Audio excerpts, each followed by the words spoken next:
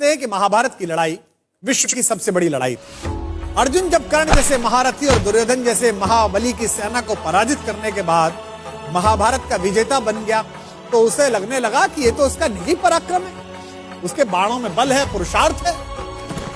अर्जुन मन ही मन इस बात पर इठलाते हुए अपने रथ पर सवार होकर युद्ध भूमि से लौट रहा था। जब अपने शिविर के आखिर में पहुंच गए तो उसके रथ पर बैठे हुए मधुसूदन सारथी भगवान श्री कृष्ण ने कहा, पार्थ रथ से नीचे उतर जाओ। उसने श्री कृष्ण से कहा कि माधव आप सारथी, आप उतर जाइए, मैं भी उतर जाऊंगा। श्री कृष्ण ने कहा, नहीं मित्र, तुमसे कह रहा हूं तुम पहले नीचे उतर जाओ।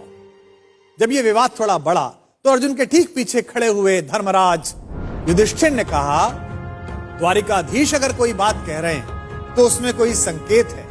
अर्जुन को कुछ समझ तो आया नहीं। भ्रकुटी पर ताव देकर थोड़े अनमने भाव से अर्जुन रथ से नीचे उतर गया। अर्जुन के नीचे उतरने के बाद सब लोग जाने लगे तो कृष्ण जैसे ही रथ के नीचे उतरे, रथ में एक भयंकर विस्फोट हुआ और रथ छोटे छोटे टुकड़ों में बट गया।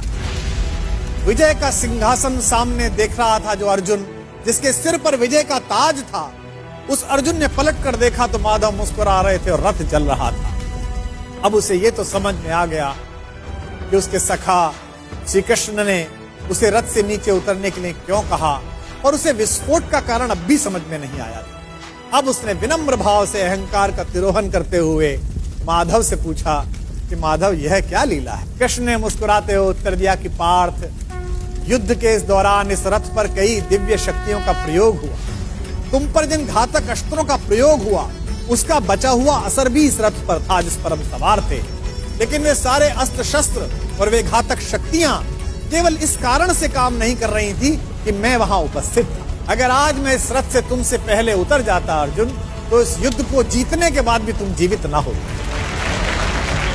अर्जुन की आंख खुल गई। उसे यह एहसास हुआ कि विश्व की जिस सबसे बड़ी विजय को वो अपना निजी पराक्रम मान रहा है, वो केवल उसकी उपलब्धि नहीं बल्कि उसमें ईश्वर के उस अंश की सद्भावना है जिसे मधुसूदन भुवन मोहन कन्हैया कहा जाता है।